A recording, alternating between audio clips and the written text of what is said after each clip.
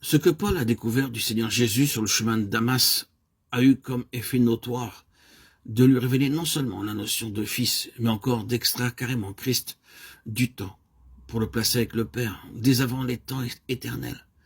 Christ a dépassé les limites du temps. Le Christ, dans sa dimension temporelle, c'est-à-dire limitée à sa venue ici-bas, devient en quelque sorte une parenthèse de second plan. Mais si nous voyons tout le dessein de Dieu uniquement à la lumière de la chute et d'une indispensable restauration, alors évidemment cette parenthèse devient essentielle. Mais à l'origine, il n'en était pas ainsi dans la pensée divine. Nous arrivons ici au seuil de la plus fabuleuse de toutes les révélations qui nous étaient faites sur le Seigneur Jésus.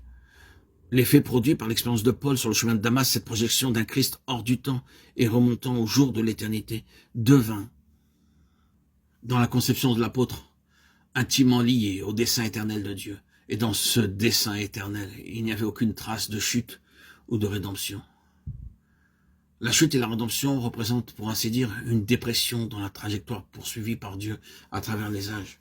Celle-ci devait être parfaitement rectiligne et il n'aurait jamais dû y avoir d'interruption ni de méandre. Mais à un moment donné, compte tenu de certaines contingences complètement étrangères au dessein de Dieu, cette trajectoire a chuté pour remonter ensuite et reprendre son cours normal. Les deux extrémités de ce parcours se situent spirituellement parlant sur un même plan.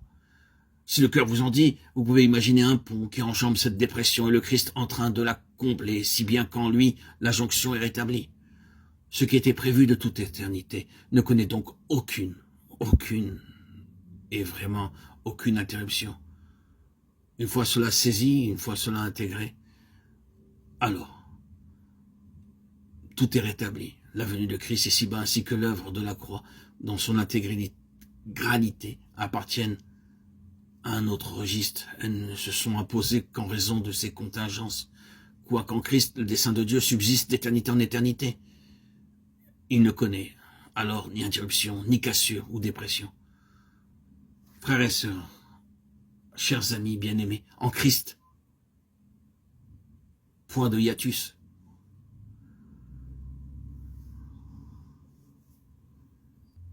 Et Paul, pour ainsi dire, est parvenu à cette connaissance.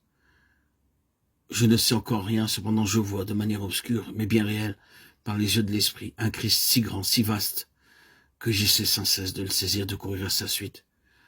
Je vais de l'avant, oubliant ce qui est en arrière. Je regarde toute chose comme de la boue à cause de l'excellence, de la connaissance de Christ, afin de le connaître lui. Dans cette conception sans cesse grandissante de la personne de Christ, Paul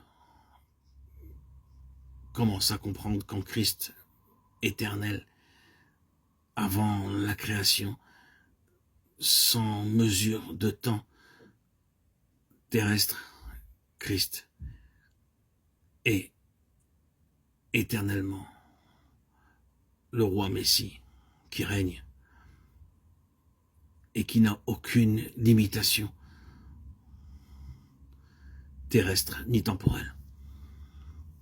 Il est l'alpha et l'oméga, le début et la fin, le Dieu vivant, vrai, véritable, Christ, Seigneur et Dieu. Alléluia.